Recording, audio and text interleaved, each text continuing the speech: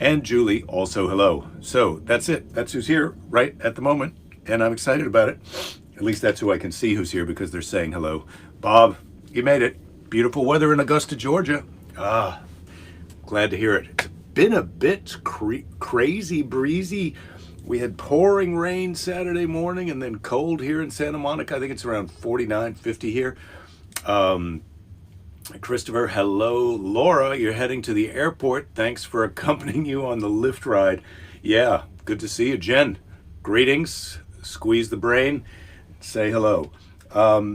Yeah, so Monday, I'm glad we're all here. Guess who's not here? Lady Jerry, as you know, as you can see, she's not here. She's not hiding. She's not coming. She told me she had some kind of appointment, and she wouldn't tell me what it was for. And I'm assuming she's all okay. She said it was fine. I said, Jesus, I'm married to you. Are you okay? Is it a doctor thing? But she wouldn't explain. And she did cut her finger over the weekend. I don't think she needs to go to the doctor, but she does like to go to the doctor. Me, not a big fan of going to the doctor. I like to wait for things to get better. Sleep, try not to move it very much. These are the type of doctor advice I have. If you've got a sore shoulder, try not to move it too much. Just take it easy, maybe stretch it out a little bit, but don't try not to move it. There's my advice. Oh, people are checking in. Keith, Joan, feeling better? I'm feeling pretty good. It's Mayonnaise Monday, Todd. Come on. So I'm feeling better. I've been doing some therapeutic dips in the ocean, and man, it is cold. Fanula came with me yesterday and today because she's into it too now. But it's cold enough that everybody's wearing winter parkas and stuff. So when you get down to your just trunks and skin and get in the ocean, yesterday when we went in, people came over and took video of us getting out of the ocean. So this isn't my only show. I'm also viral on some kind of maniacs who go in the freezing ocean on a blowy day. I mean, it was so windy yesterday. I had to say to Fanula, we can't go in the water past where our feet come off the bottom because the riptide was going just completely sideways. So, we just went in up to here and we're kind of dunking up over our heads. Jen, yeah, maybe it is a surprise. Belinda's trip to the doctor. Greetings from Oakland, birthplace of a recently famous person. The Kaiser Hospital uses the one where Kamala Harris was born. Wow, that's exciting. Pregnancy confirmation, Jen? Well, it could be. Maybe Belinda's going to have our love baby. Oh God, I don't know if I'm going to even make it till that kid goes to college. 18 years, I like my chances. What do I be, 78? Well, the baby won't be born probably till I'm 61. So, Don, you're still in a good mood. Glad to hear it. Jen, you're in a relaxing mood. Yeah, you're on the Percocet. Flavia, sounds like fun at the beach. Yeah, it was fun. I mean, it is super cold. It's a pretty... Fanula kind of got it when we got out of the water as we're driving back. She goes, I bet none of these people went in the ocean today because the only people in the water were in full wetsuits. So we were pretty powerful, and it was good. Keith, the doctors keep asking you back.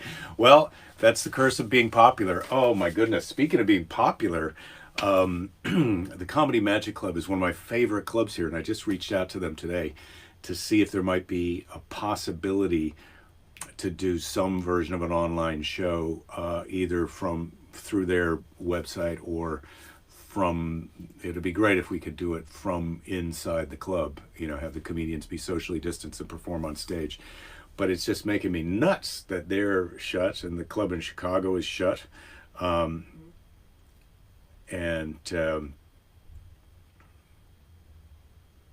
so anyway, I'm really hoping that something like that may happen because I'm missing the famous places that I used to play. Zany's in Chicago, I hear, is going to be shutting down. Did you say 40s outside and I went in the water? Yes, Jen, I did. It was about 49, maybe 50 degrees, and I went in the water. The water's probably around 60. They say the water's 64, but I think it's colder than that. So yeah, it was cold. Maybe I'll shoot a little video tomorrow when we go. And I think I've got a camera that I can take in the water. That's always fun. Am I always writing new material, Todd? Well, I've been trying to think about how to write new material. I did have somebody messaged me yesterday from Chicago about the idea of doing a comedy show, 15-minute comedy show for their IT event. And I said, look, I need to talk to the guy because comedy show, I mean, I can do 15 minutes of this or 15 minutes of material-ish talking like this, where I've got it a little more organized than this. But I kind of feel like, look, it's got to be, it can't just be my stand-up act in my room where I can't hear anybody. That's just too weird. God bless Alex Trebek, by the way. Yeah, Jen, I concur. Alex Trebek, holy cow. I mean, he really grew on me because, I mean, how long had he been doing that show? So many decades, you know, and I remember 25, 30 years ago thinking, this guy, he acts so smug like he knows everything. And, you know, when he tells you the answer, no, I'm sorry. It's the Persian Empire. What is the Persian Empire? Anyway, yeah, rest in peace, Alex Trebek. What a cool job. What a cool career. When you think about your career, when you think about what you did with your life and how that, you know, hosting a game show is not, I think, many people's dream of show business when they go into show business. But then it was such a smart show. I mean, and nothing wrong with Pat Sajak and Wheel of Fortune. Those are the two shows that have been on for so long that I can think of right now. And nothing wrong with The Price is Right either, Drew Carey's show. And I think part of the thing that's funny about it is you're having this interaction with real people, not just other showbiz douchebags. Oh, showbiz douchebags. I miss them. That's why I want to go down and hang out at the Comedy and Magic Club and do some shows. It's not just being on stage at the Comedy and Magic Club, it's also being backstage with the other fellow showbiz douchebags, because we may be douchebags, but we like each other.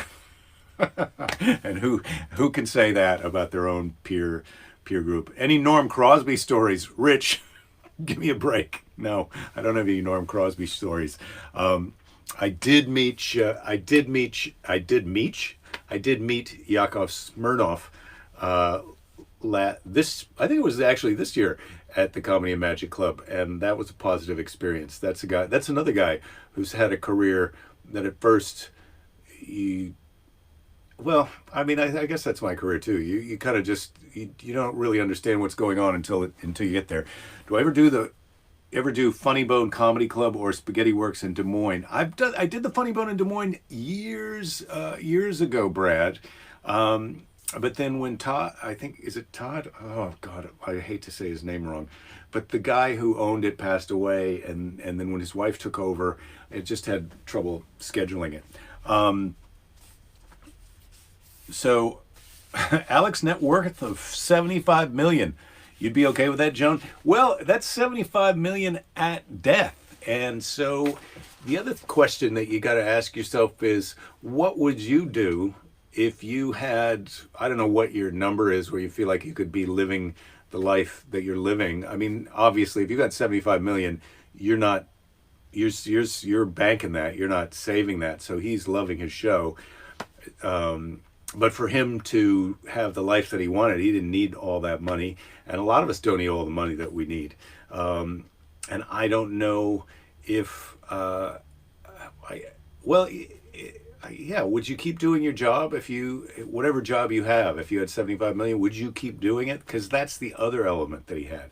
Not only did he have financial security, success, sitting on top of a giant pile, but he also loved his job enough that even though he had $75 million, give or take, because a lot of times we don't know the exact amounts, even though he had that much money in the bank, he still couldn't wait to get out of bed and go to work every day. And I think he worked almost till the very end.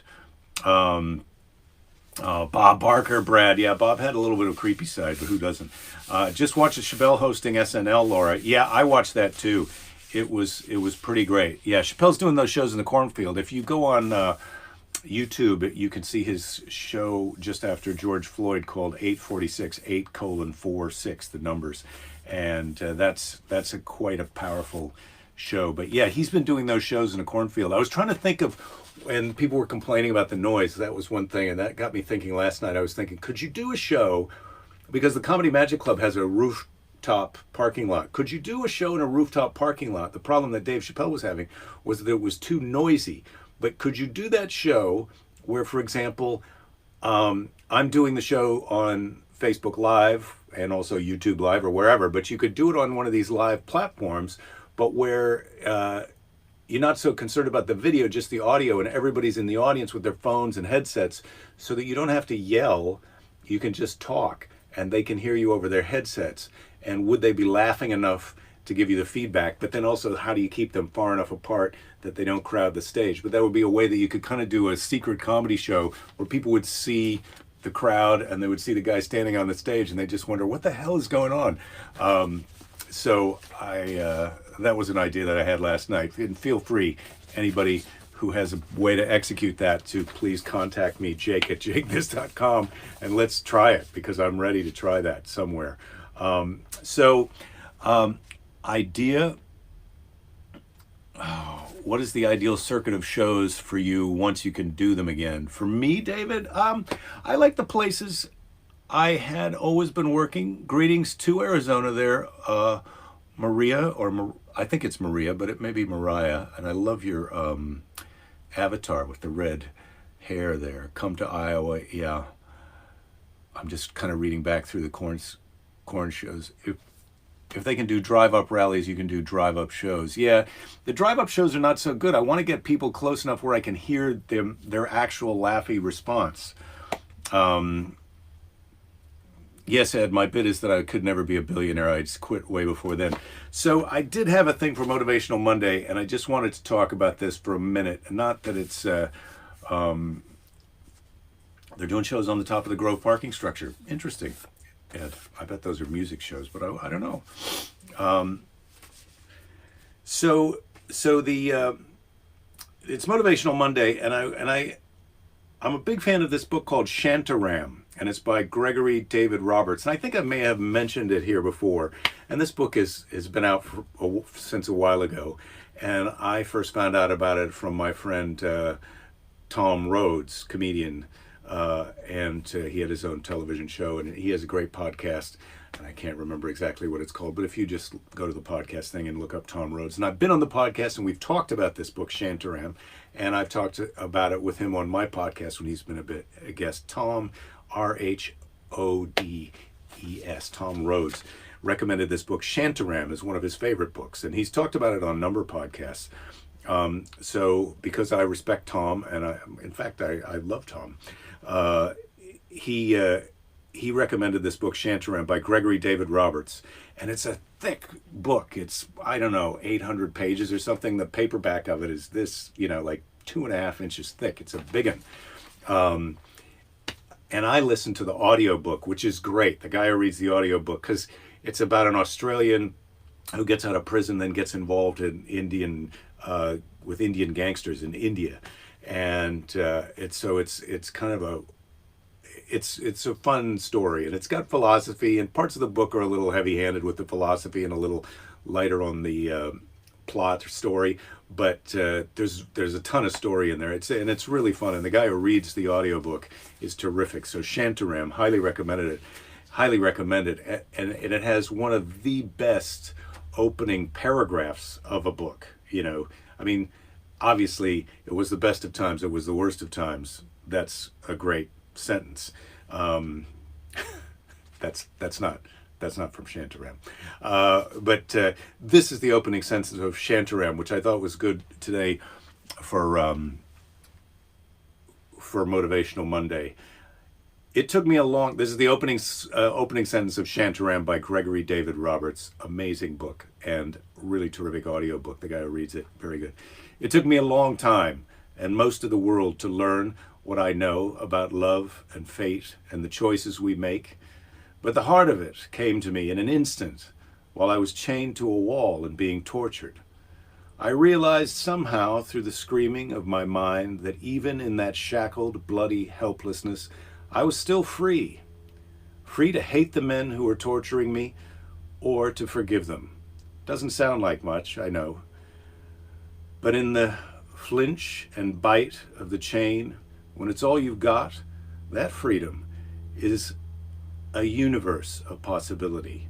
And the choice you make between hating and forgiving can become the story of your whole life. Just powerful. I think that's that choice between hating and forgiving is now maybe it's Motivational Monday, and this might be a little bit of a sermon, but that choice between forgiving and hating is an important choice, and I think a lot of us, if you go by the election and how close it was, there's a lot of hating and an opportunity for a lot of forgiving right now, and I think that the thing about hating is, that saying about it's like swallowing poison and hoping the other person's going to die. So forgiveness not only benefits the person who's being forgiven, but it benefits you. And I think if we can all kind of think about how much in our heart we can find some forgiveness for the people who we're hating right now. We could maybe make the world a little bit better. And I guess this advice is not for everybody because it seems like some people are still stuck with the hating, but that's their problem, not our problem. All right, there you go. So scrolling back up,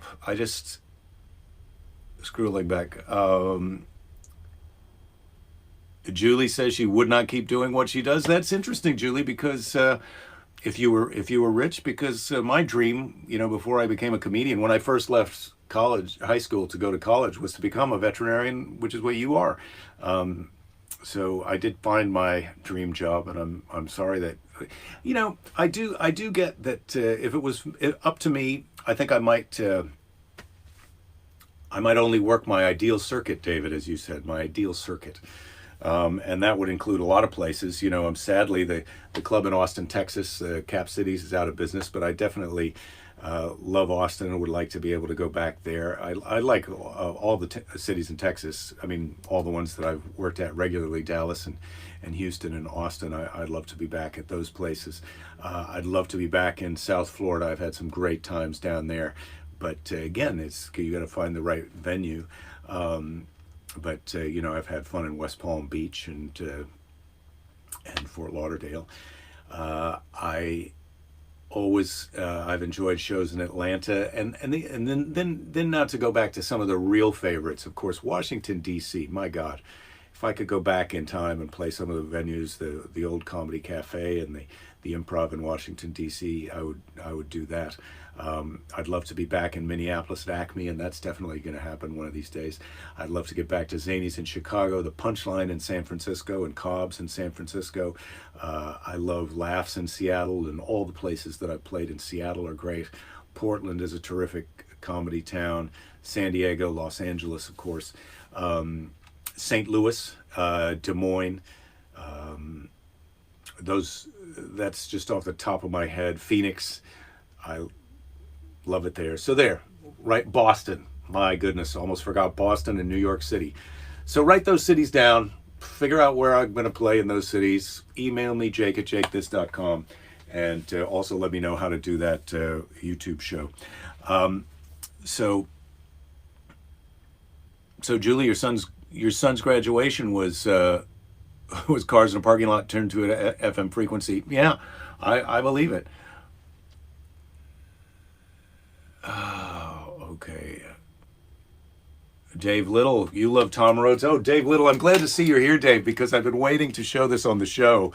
I found this from when I was at the Addison Improv, and this is me and Dave and Eddie, the manager, and I can't remember the other comic's name, but we all went to, I kept calling it Rocket Town, and Dave was so mad about that. But that's Dave on the, Dave's the guy in the light-colored pants, and he's a hilarious comic in the Dallas area. That's me with my thumbs up in the middle. the co-middle of this photo. But we went to Mission Control in Houston, Texas. That's the space shuttle there in the photo, and we just I kept calling it Rocket Town. We had a really fun day, Dave. Dave and I have had many good times on the road, so I can't wait to get back there. Although the fun meter today, I'm still riding high. I'm doing good on the fun meter, and I forgot to turn on the fart machine. And where is the button? Oh, it's over here for Lady Jerry. There we go. Yeah, I do have canned farts. I need a canned laugh machine. That's what I need. I need a little laugh. I need like the fart machine, but with laughs. Do they have that? Oh my God! Did you see that televangelist guy laughing about Joe Biden winning the election? That was the weirdest sci-fi craziness I've ever seen. Keith retired a year earlier and never regretted it. Flavia feels pretty motivated after this weekend's announcement. Yeah, well, you can't depend on external factors for your motivation, but yeah, there was quite a bit of honking and celebrating in the streets here. Yeah, Joan, on your Facebook page, hatred from both sides. Yeah, snooze a lot of friends. I think that's the approach. You got to just put them on pause a little bit till they calm down. Don, Raleigh, of course, Raleigh.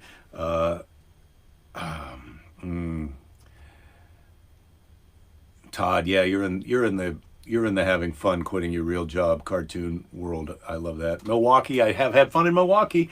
I didn't mention Milwaukee. Cleveland, forgot to mention Cleveland. Carl is also endorsing Shantaram.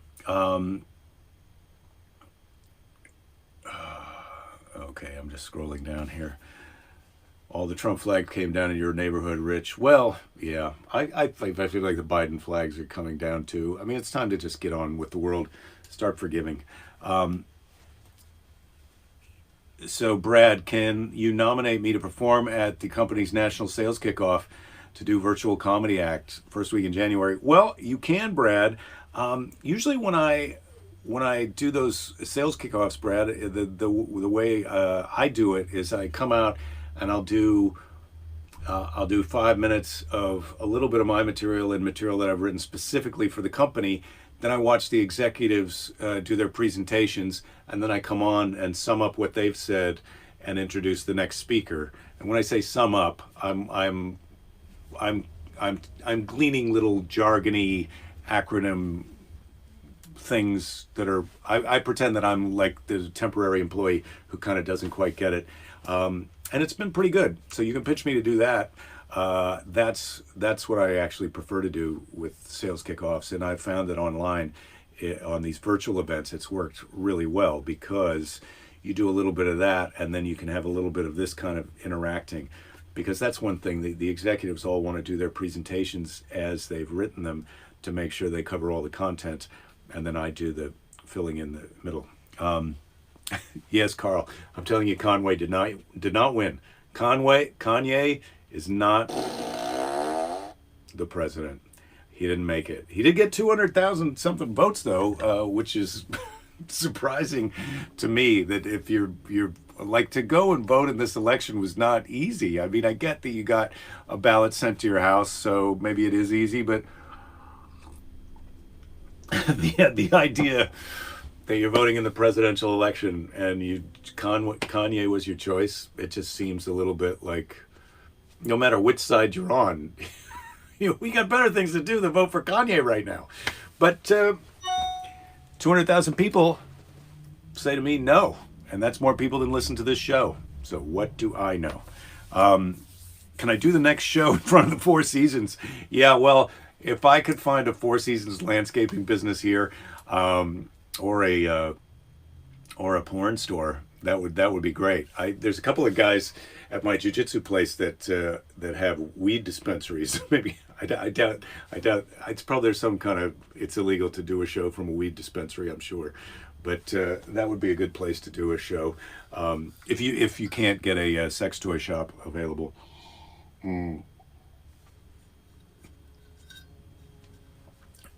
Oh yeah, Brad, I'm sorry. Brad Johnson, I'm sorry that you're getting a little confused by all the Brads in the house today, but I'm very popular with Brads. That's all I can say.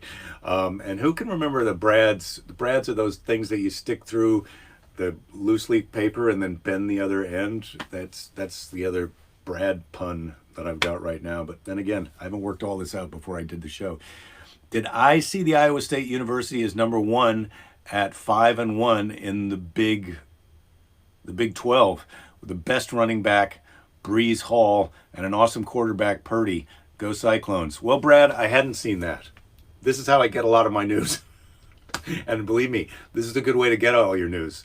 People tell me the news, and then I know the news. Because if you watch TV, the a-holes that we've got in charge of telling us the news, they can't stop telling you the news, even though you already know what they're telling you. There's no way to go, look, I already know that.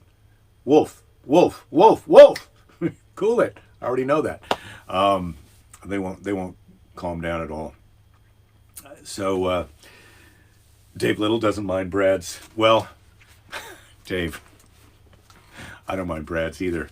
Brads are all right. I was just trying to find a way to say Butterdick because I know that you love that, but I couldn't. Butterdick.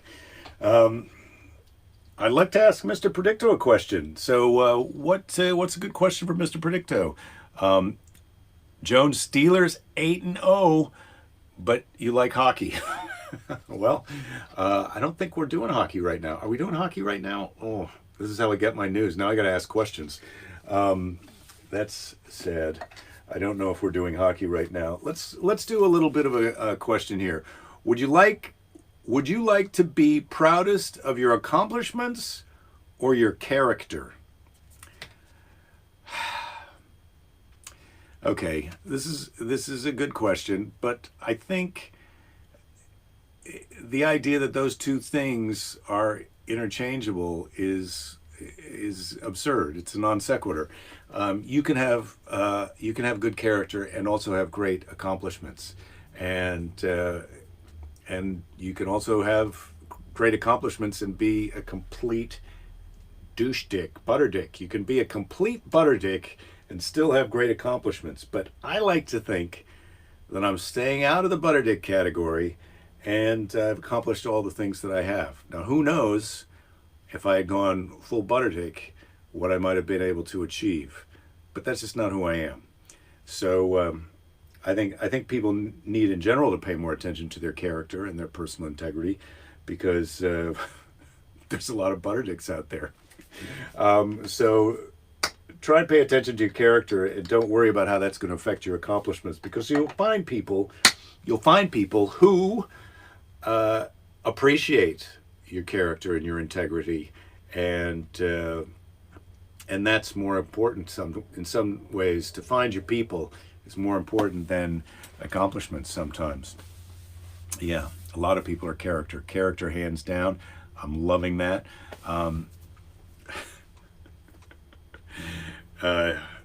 Doucher dick, Dave, or douche dick? Douche dick. Lady Jerry and I have got one where if somebody says something, if they kind of get you with a zing, and it's also sort of a butter dick move, we'll say douche, like touche, only douche. So I like that. I don't know if I'm ready. I don't know if douche dick's going to take off for you, Dave, but I wish you a lot of good luck. Well, Carol, you are a hockey fan. I've been to a Blue Jackets game. What do you think about that? Question for Mr. Predicto. Will Lady Jerry be joining us tomorrow? I'm going to tell you that I doubt it because I think she's got a lot of stuff to do, but I hope so. Let's ask Mr. Predicto. Will Lady Jerry be joining us tomorrow, Mr. Predicto? Without hesitation, yes. Wow, Mr. Predicto, without hesitation. So that's great. Lady Jerry will be here tomorrow, and a lot of people are backing me up on this Trump thing. Jen asked Mr. Predicto if Trump is going to chain himself to the desk in the Oval Office. Okay, Mr. Predicto, will Trump chain himself to the desk in the Oval Office and refuse to leave? It is a strong possibility. Mr. Predicto, he's not giving a definitive answer, but he is indicating that he understands something about Trump's current attitude. So that's for whatever that's worth. So Sue, my sister, saying my current favorite swear, although I don't get to use it much or even, is twatopotamus. Twatopotamus. Wow, twatopotamus. I feel like as a man, you got to watch out for the twatopotamus swear. That's a tricky one. Oh, Brad, nice pun on the Resolute desk there. All right, Jen knew it was a strong possibility. So that is the show for today. Man, I didn't know if I'd be able to get through it. And let's go back and read the end of this from Shantaram. The choice you make between hating and forgiving can become the story of your life. So decide what the story of your life you want to be about, hating or forgiving. And today's Seize the Day, thank you, Rachel, and hopefully Lady Jerry will be back tomorrow, is from Mandy Hale.